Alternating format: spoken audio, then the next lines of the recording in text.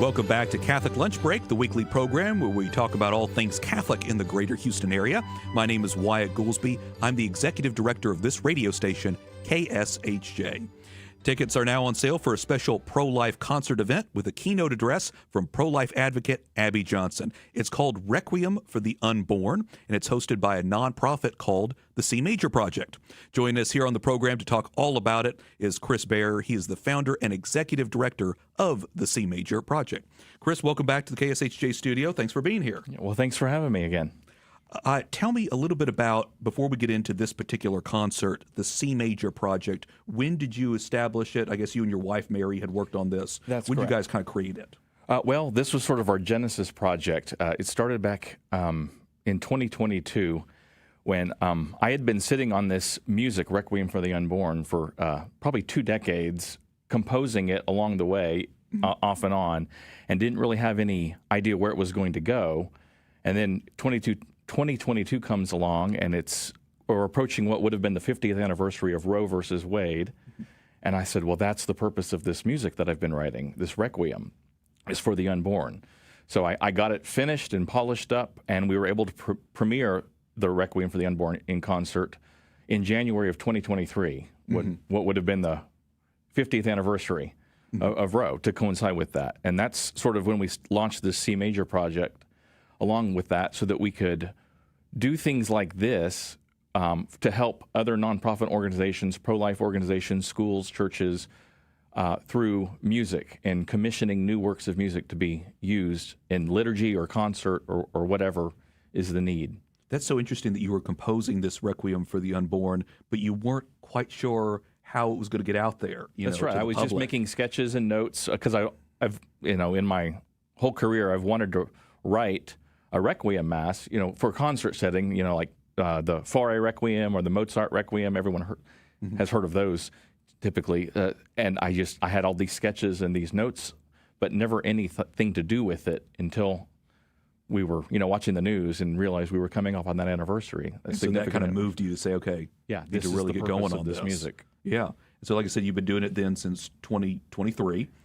This next one that's coming up is the 12th of September. It's going to be at Sacred Heart Catholic Church in Conroe. That's correct. And so I had mentioned that this time keynote speaker is Dr. Abby Johnson. I want to mention the fact that I did have a chance she made a powerful talk during the Houston Coalition for Life Gala earlier this year. So she is such a powerful speaker. For sure. I guess I'll just ask you, how did you manage to land her? That's kind of a big name. Well, that's an interesting story. So back in the premiere, my wife had reached out to her through email, through her organization, Pro Love Ministries, and we really didn't expect to hear anything back from her because it was just a shot in the dark. Well, right. She's this pro-life advocate, and we're doing this pro-life event. Let's just see if she could help promote it through Facebook and other social media. And we didn't think anything would come of it, but it was right around Christmas of 2022, so a month before or 3 weeks before the first performance, right, that we heard back from her, and she said, I would love to promote this event for you. And so she threw it up on her Facebook page and all her social media and was talking about it, and that was at the premiere 2 years ago. And we've been affiliates with Pro Love Ministries now for those 2 years, and we've gone and to the annual national the Celebrate Life conference in D.C. for the last 2 years, and have talked with her there, and she's just always been very supportive of what we're trying to do, and she agreed that we reached out and said we're going to do another performance, and she was so excited to come and be a part of that.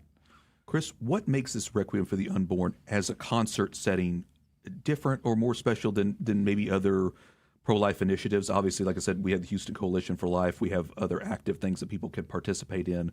What makes this so unique? Sure. Well, I think the music makes it unique for sure. Part of the idea behind it is, in the C Major Project, is we have the people in the pro-life groups that will go out and they'll pray in front of the Planned Parenthood and things like that, and we have they'll march at the marches in D.C. or in Houston or wherever.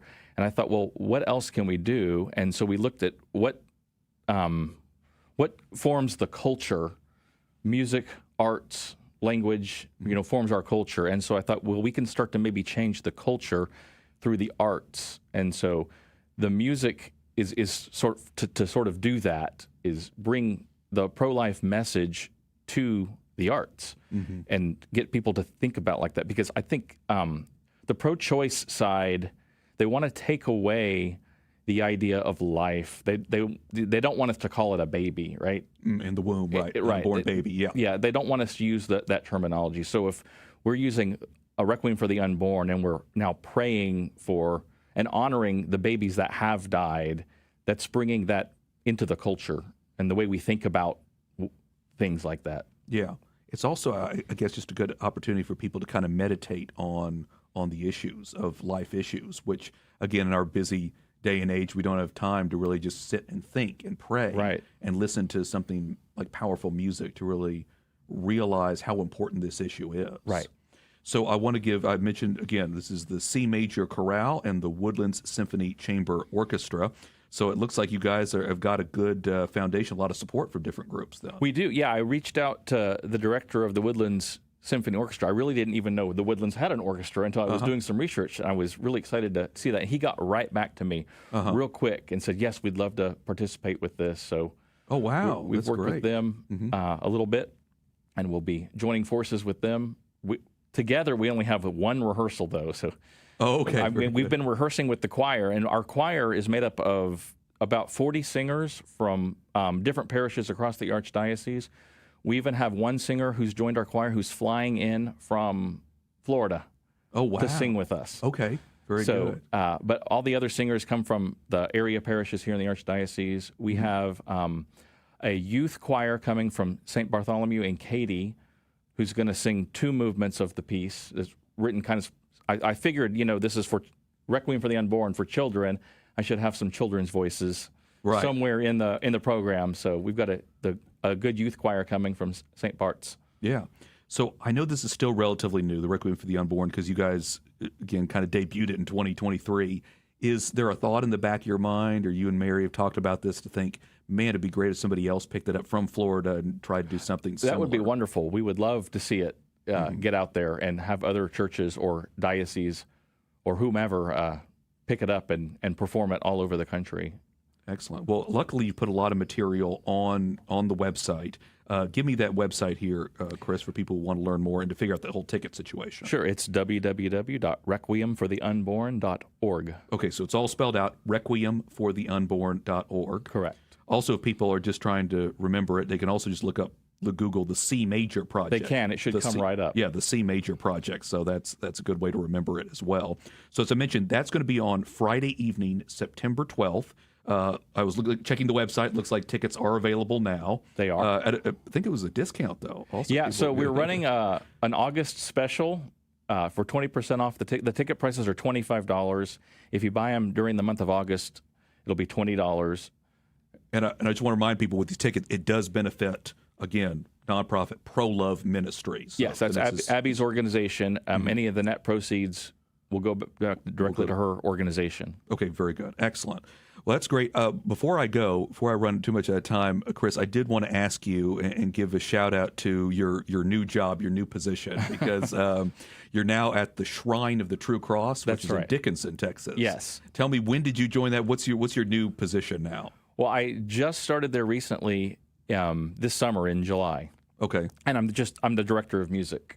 Very good. We're getting ready to start the school year. I'll be working with the kids as well at the school there. And remind me where you were right before this. Well, I was actually at Sacred Heart in Conroe, where the Requiem for the Unborn concert is going to be, which is why it's going to be there, because we had been planning this for a year. And so then how long were you at Sacred Heart in just about a year. About a year there. Okay, very good. Well, shout out, by the way, to Father Rick there at Shrine of the True Cross.